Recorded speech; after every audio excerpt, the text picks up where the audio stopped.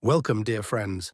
Today we will take a detailed look at the military situation in Ukraine as of February 26, 2026. The day has been packed with significant developments, so without further preamble, let's get straight to the analysis. We begin with the Zaporizhzhia direction. Today, no cartographic changes were recorded here, however a substantial number of video materials and geolocations have emerged in the information space, relating to the use of FPV drones by both sides of the conflict. Russian units are deliberately targeting key logistical routes running southward from the settlement of Kamyshyvaka.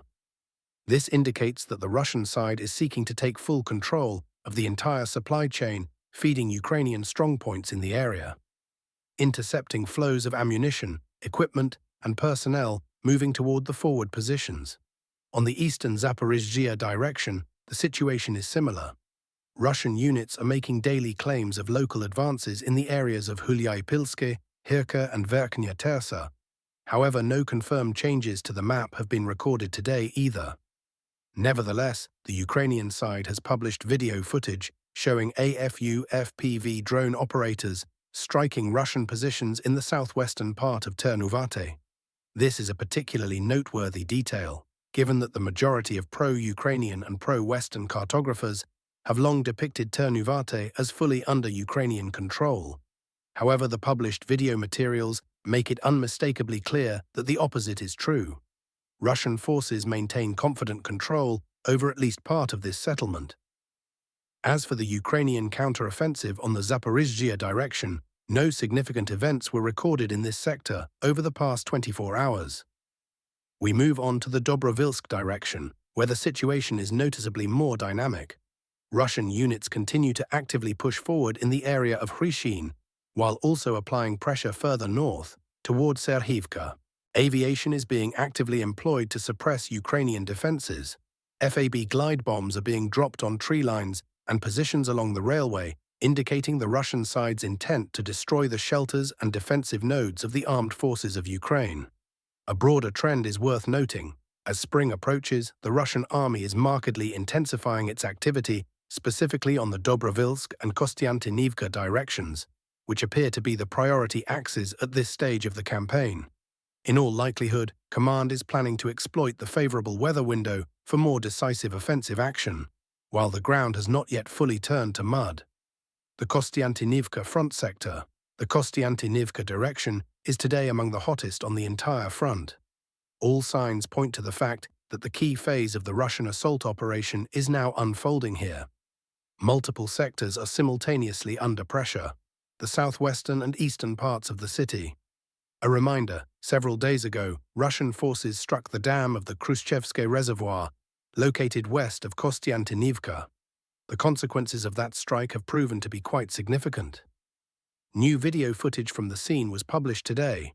It clearly shows water continuing to flow from the damaged dam, gradually flooding the adjacent valley and turning it into impassable marshland. This is directly impacting the logistics of Ukrainian units. The supply route from Druzhkivka toward Kostantinovka has been severely disrupted. According to available data, the territory to the northeast of the reservoir, extending as far as the central blocks of northern Kostantinovka, has now found itself in a flood zone. It is important to understand that this situation will not remain static indefinitely. In all likelihood, within approximately 1 week, the water will gradually seep into the ground and Ukrainian logistics will begin to recover. That week will most probably serve as the critical window for the most aggressive offensive actions by the Russian army, which will attempt to fully exploit the logistical collapse in the Ukrainian rear. At the cartographic level, an advance was recorded today in the southern part of Kostantinovka, in the area of the Agricultural Technical College. Video materials confirm that Russian units have consolidated on new lines in this sector. Simultaneously, a large number of geolocations are emerging from the eastern part of the city.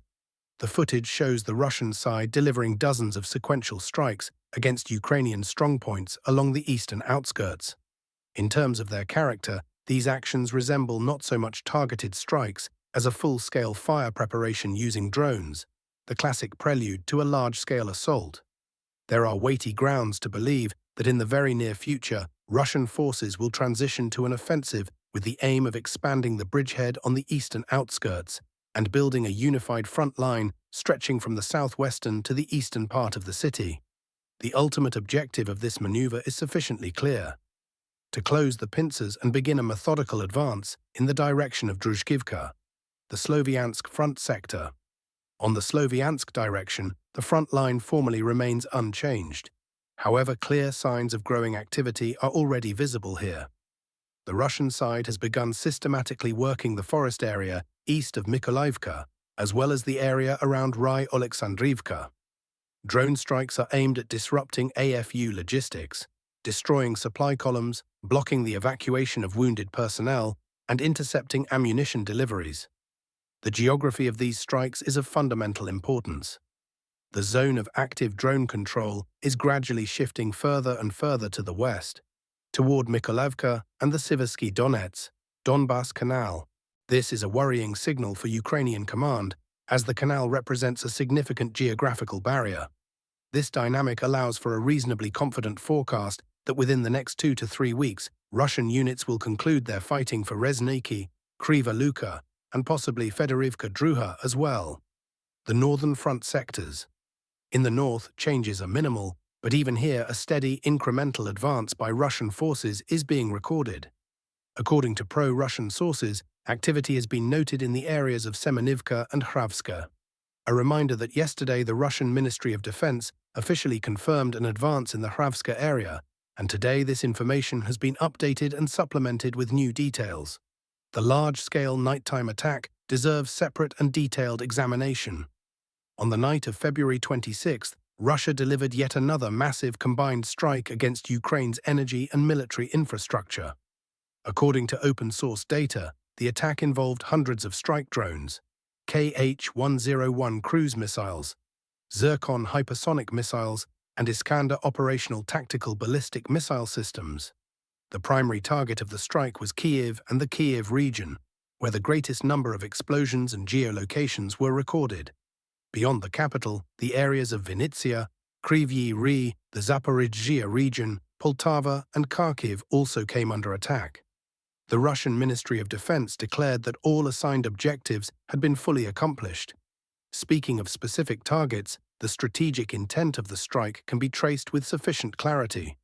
The Russian side appears to have set itself the task of simultaneously striking the Kyiv and Vinnytsia 750 kilovolt substations.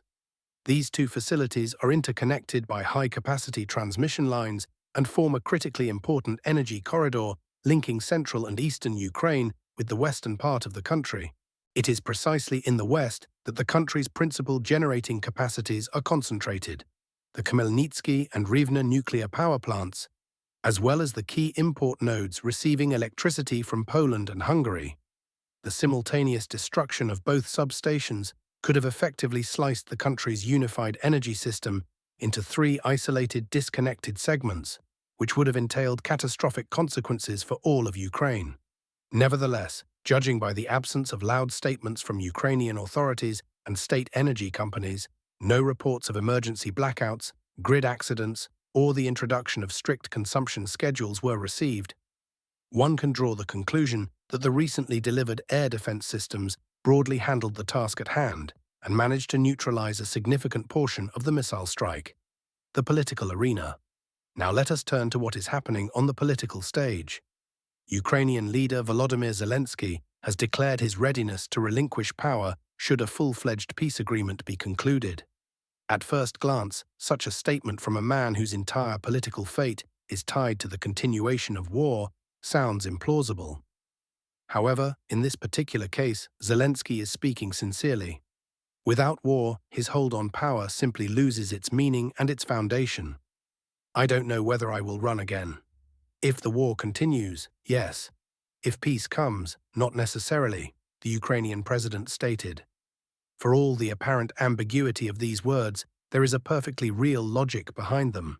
Under conditions of long-term peace, Zelensky would objectively not be re-elected, and this, paradoxically, would represent the best possible outcome for all parties involved, including, as strange as it may sound, Zelensky himself.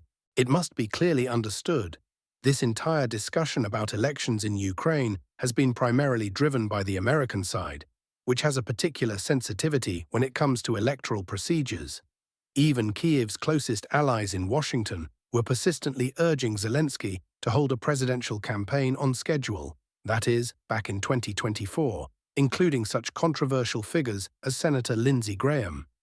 The Americans fully understood that Zelensky's loss of legitimacy represented an additional political trump card in Moscow's hands. At the same time, they could not fully comprehend the reasons for his refusal. In the United States, elections have never been cancelled, not during the Civil War, not during the Second World War. Meanwhile, Zelensky can function effectively only within an authoritarian framework. Democratic mechanisms are largely an obstacle to him, even though they were what brought him to power in the first place. Ukraine in 2019 was far from a classical democracy. It was more accurately described as an ethnocracy with fading remnants of sovereignty. Yet the then-incumbent President Petro Poroshenko lost the election, and Zelensky, who replaced him, skillfully positioned himself as a Russian-speaking politician advocating for a peaceful resolution of the Donbas conflict. Subsequently, he underwent a political transformation, becoming a committed Russophobe, Atlanticist, and hardliner. This process unfolded in parallel with the gradual dismantling of the country's democratic institutions. In a certain sense, building a dictatorship became a forced necessity for him. Governing a complex and contradictory country under conditions of real political competition was simply beyond Zelensky's capabilities. He lacks sufficient talent as a statesman. Far more natural to him is a scheme in which he issues orders and tolerates no objections. Less than a year after winning the election, he was already teetering on the brink of losing power. And it was precisely then that the process of tightening the screws began. 2 years later, his popularity among the population had fallen substantially, yet by that point he had already established control over the majority of the political and business elite. Largely thanks to his shadowy behind-the-scenes handler Andriy Yermak, and to the fact that the National Security and Defense Council, not envisaged by the Constitution in its current form, had effectively supplanted all branches of power. By the time of Russia's full-scale invasion, Zelensky was already heading a fully formed authoritarian regime, crude and vulgar, reminiscent of the corrupt militarist juntas of Latin America, yet relatively stable. The imposition of martial law permanently cemented this system, freeing it from any need to hold elections. Zelensky can retain power for as long as he himself lives, and for as long as Ukraine continues to exist in its current form. War has become the sole source of his legitimacy. The legal construct he has erected forms a perfect closed loop. Elections cannot be held under martial law. Martial law remains in effect as long as the war continues. And the war continues until Ukraine restores its 1991 borders, including Crimea and Donbas. The only problem is that this will never happen. Those territories are lost forever. Thus, Zelensky de facto becomes a permanent president, assuming, of course, that one considers him legitimate, which Russia has declined to do since 2024. After the Trump administration began applying serious pressure on Kyiv, Zelensky was forced to adjust his rhetoric. The thesis regarding the 1991 borders disappeared from his public statements, even though no one has officially rescinded the corresponding resolutions of the Verkhovna Rada. Moreover, he began acknowledging the possibility of holding elections on the condition that a ceasefire of 2 to 3 months be achieved, knowing perfectly well that reaching any such agreement is unrealistic. Russian leadership has repeatedly and unequivocally made clear, any suspension of hostilities for a significant period is impossible until Kyiv accepts Moscow's key conditions. First and foremost, the withdrawal of Ukrainian forces from Donbas. Only after that can meaningful peace negotiations begin. In any other scenario, a ceasefire would simply be a tactical pause for the Ukrainian army to lick its wounds and replenish its strength. Zelensky's categorical refusal to discuss the Donbas question makes a temporary ceasefire impossible, and consequently elections as well. Yet another closed loop of Ukrainian political logic. Now let us imagine a hypothetical scenario. The conflict nevertheless moves toward a diplomatic resolution. There is only one realistic roadmap here. The AFU withdraws from Donbas, a ceasefire is declared, simultaneously a peace treaty is drafted, and presidential elections are organized so that a legitimate leader can sign that treaty. Zelensky will in all likelihood not participate in such elections, and there are compelling reasons for this. It is genuinely difficult to assess which outcome would be worse for him, winning or losing. Dictatorships are not built to suffer electoral defeat, yet that is precisely what awaits Zelensky, and not merely a defeat, but a crushing humiliation. He will go down in history as the man who ruined the lives of millions of citizens, as the leader who lost the war, as the convenient scapegoat onto whom all accumulated misfortunes can be offloaded. Furthermore, organizing large-scale vote falsification will be denied to him by the enormous number of powerful enemies he has accumulated both within the country and beyond its borders. And finally, the most important point. There is already a specific individual to whom Zelensky, as politically exhausted material, will lose these elections. We are speaking of the former commander-in-chief of the armed forces of Ukraine, currently serving as Ukraine's ambassador to Great Britain, Valery Zaluzhny. He has already made unmistakably clear that he has forgiven Zelensky nothing and intends to launch a political counter-offensive the moment the guns fall silent. It is telling that Zaluzhny leads the incumbent president in every single opinion poll, including those conducted by sociology firms loyal to the authorities. If something extraordinary were to occur and Zelensky somehow managed to win the election once more, he would find himself holding a devastated, bled-dry and hopeless country. And yet he has already demonstrated complete incapacity for effective governance, even when Ukraine was in an incomparably better condition.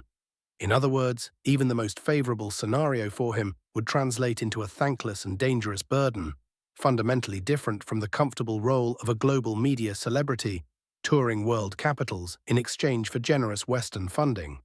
That funding, incidentally, will no longer be forthcoming.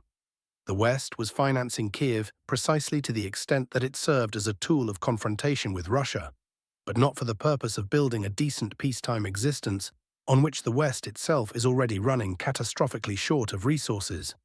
Under these circumstances, the far more rational course of action would be to abandon the sinking ship in good time, to declare oneself undefeated and unbroken, relocate to London, deliver lectures on the international circuit, and spend the rest of one's days moving with a security detail, rather than chasing the hazy ghost of power and continuing to tempt fate for reasons that are entirely unclear. When Zelensky first ran for the presidency, he solemnly promised that he was standing for one term only. Since then, he has broken thousands of commitments, yet this, the very first and most remembered promise, runs the ironic risk of actually being kept. Not out of principle, but because under no circumstances is he interested in elections taking place at all. He is the embodiment of the war party, he is capable of remaining in power only under wartime conditions, and he will continue the war for as long as it is physically possible to do so. The prospect of a peaceful life in his particular case is deeply questionable. His sins are too numerous and too grave. But for Ukrainian society, there is a fundamentally important point here, one that deserves the most careful attention. Accepting Russia's conditions and achieving a peace agreement represents a real and concrete opportunity to be rid of Zelensky. If this argument is not yet sufficient, well, let us wait another couple of years. Everything is pointing toward the conclusion that the real choice Ukraine will ultimately face will not be between war and peace, but between a palace coup and a popular uprising.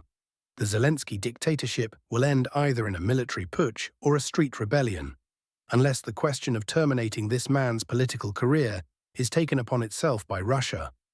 That concludes our review of events for February 26th. The situation remains extremely tense across multiple directions simultaneously, and the coming days promise to be no less eventful. Stay tuned for updates, hit the like button, subscribe to the channel, and until we meet again.